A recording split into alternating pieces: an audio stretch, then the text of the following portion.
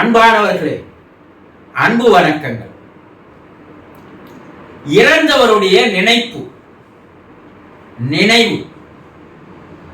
எந்த நேரமும் உங்களிடம் இருந்து கொண்டே இருந்தால், உங்க மனசுல அதை பற்றிய எண்ணங்களும் சிந்தனைகளும் தான், அவரை பற்றிய எண்ணமும் சிந்தனையும் தான் ஓடிக்கொண்டே இருக்க வேண்டும். உங்களுடைய மனம் வேற எங்கேயும் போகக்கூடாது. உங்களுடைய சிந்தனை வேற எங்கேயும் போகக்கூடாது. நீங்க வேற எதையோ நினைக்க கூடாது. நீங்க என்ன பண்றீங்கன்னா, அவர் இறந்து போனவரை எப்பயோ ஒரு நிமிஷம் நினைக்கிறீங்க. அதுக்கப்பால உங்களுடைய லௌகீக வாழ்க்கையில வந்துட்டு வேற எண்ணங்களும், வேற சிந்தனைகளும், வேற நினைவுகளும், வேற பொழுதுபோக்குகளும் ஓடிக்கொண்டு இருக்கிறது இல்லையா? இறந்துட்டாரு, 10 நாள் ஆச்சு, ஆனா நீங்க தொலைக்காட்சி பார்க்காது இருக்கிறீங்களா? அதுல வர தொடர்களை நீங்க பார்க்காது இருக்கிறீங்களா? இல்ல வெளி உலக விஷயங்களை நீங்க கேட்காது இருக்கிறீங்களா? சொல்லுங்க. உங்க மனம் ஏதோ வகையில திசை கட்டு ஓடுது இல்லையா? ஆமாங்க, இறந்துட்டாரு, நான் என்ன பண்றது, எதிர்பார்க்கல, இறந்துட்டாரு. எப்ப நினைக்கிறீங்க? ஒரு நாளைக்கு ஒரு முறையோ 2 முறையோ யாராவது வந்து உறவினர்களோ சொந்தக்காரங்களோ அந்த குறிப்பிட்ட நாளுக்குள்ள வந்து துக்கம் விசாரிக்கணும்னு வந்தாங்கன்னா அப்பதான் அவரை நினைக்கிறீங்க. ஆனா மற்ற நேரம்லாம் ஊர் கதையை நினைக்கிறது, உலக கதையை நினைக்கிறது, வேற எதோ சிந்தனை செய்கிறது, வேற எதோ எண்ணுகிறது, தொலைக்காட்சியை பார்க்கறது, கைபேசியிலே காலத்தை ஓட்டுகிறது. இல்லைன்னு சொல்லுங்க, நீங்க உண்மைதானே? அப்ப எப்படி அவர் உங்க கனவுல வருவாரு? பல பேர் என்கிட்ட கேட்கிற கேள்வி, குருஜி என் வீட்டுக்காரர் இறந்தாரு, என் கனவுல வரவே மாட்டேன்றாரு, நீங்க சொல்றதெல்லாம் எனக்கு நடக்கிறதே இல்லையே, நான் என்ன பண்றதுன்னா, உன் வீட்டுக்கார் உன் கனவில் வருவது உங்ககிட்ட தான் இருக்குது தவிர என்கிட்டயா இருக்கு? இல்ல நான் எடுத்துன்னு வந்து காட்சியா காட்ட முடியாது.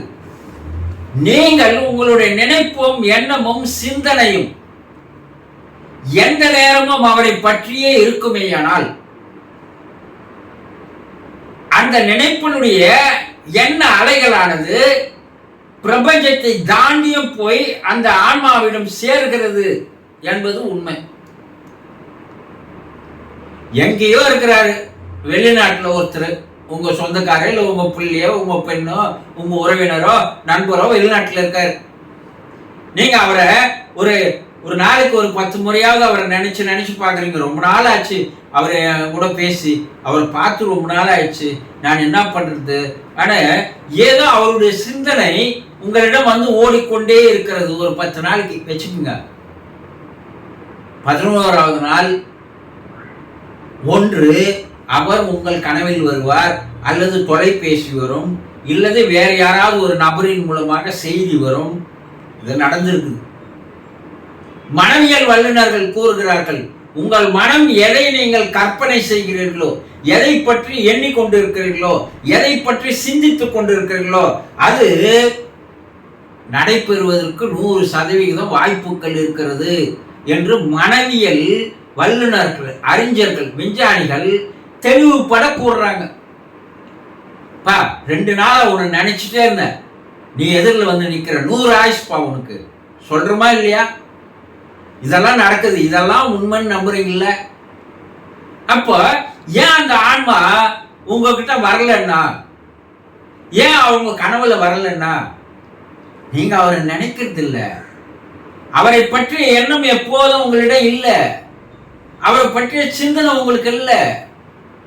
ஏதோ ஒரு மாதம், ஒரு 14 நாள், ஒரு நாளைக்கு ஒரு 10 முறை 20 முறை நினைக்கிறீங்க.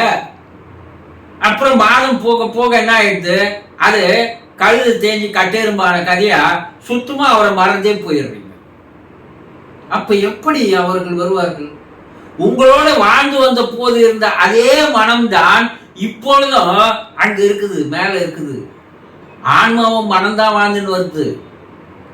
இப்போ அந்த மனம், நீங்க இங்க உங்க மனசால் நினைக்கின்ற அந்த எண்ணம், சிந்தனை, கற்பனை, ஏக்கம் இவையெல்லாம் என்ன ஆகுது? எண்ணங்களாக மாறி அந்த மனதிற்கு நேரடியாக போய் சேருகிறது. அப்ப அந்த மனம் அதை ரிசீவ் பண்ணுது. இப்ப எங்க வெளிநாட்டில் இருக்கிறவர் அவர் உருவம் அவங்க எண்ணத்தை உங்களுடைய நினைப்பை ரிசீவ் பண்ணுது. அந்த உருவத்திற்குள்ள இருக்கின்ற மனம் தானே ரிசீவ் பண்ணுது. ஏதோ உங்களை பார்க்கணும்னு நினைச்சேன், நான் வந்து நிக்கிறேன் அப்படின்னு ஒருத்தர் சொல்றாரு. ஆனா நீங்க என்ன சொல்றீங்க?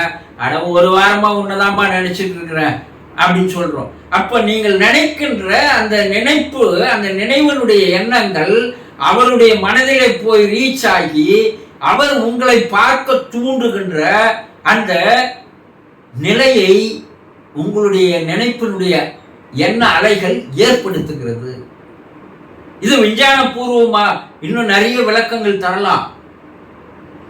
அப்போ பல பேர் கனவுல என் வீட்டுக்கார் வரல, என் மனைவி வரல, என் கணவன் வரல, பல பேர் சொல்றீங்க. என்னுடைய தாய் தகப்பன் வரல, என்னுடைய பிள்ளைகள் வரல, பல பேர் சொல்றீங்க. ஒரு சிலர் கனவுல வராங்கன்னு சொல்றாங்க, ஒரு சிலர் கனவுல வரலன்னு சொல்றாங்க. வருபவர்களுக்கும் வராதவர்களுக்கும் வித்தியாசம் என்ன? ஏன் அது போல நடக்கலன்னா, நீங்கள் அவரை பற்றி நினைப்பு தொடர்ந்து இல்லை, அவரை நீங்க தொடர்ந்து எண்ணல, உங்க சிந்தனை அவர் பேர்ல இல்லை இல்லையா? அப்போ இந்த எண்ணமும் நினைவும் தொடர்ந்து இருந்து கொண்டே இருக்க வேண்டும். அப்பதான் அந்த அலைகள், எண்ண அலைகள் அவரை போய் ரீச் ஆகினே இருக்கும். அப்போ அவர் உங்களுடைய கனவிலே வந்து காட்சி தருவார். இது 100% உண்மை, நடந்திருக்கிறது, உங்களுக்கும் நடக்கும். அந்த எண்ணம், சிந்தனை, நினைவு அவரை பற்றியே இருந்தபடி நீங்கள் செய்துவிட்டால் உங்கள் கனவில் அவர் வருவது என்பது உண்மை. சந்தோஷம்.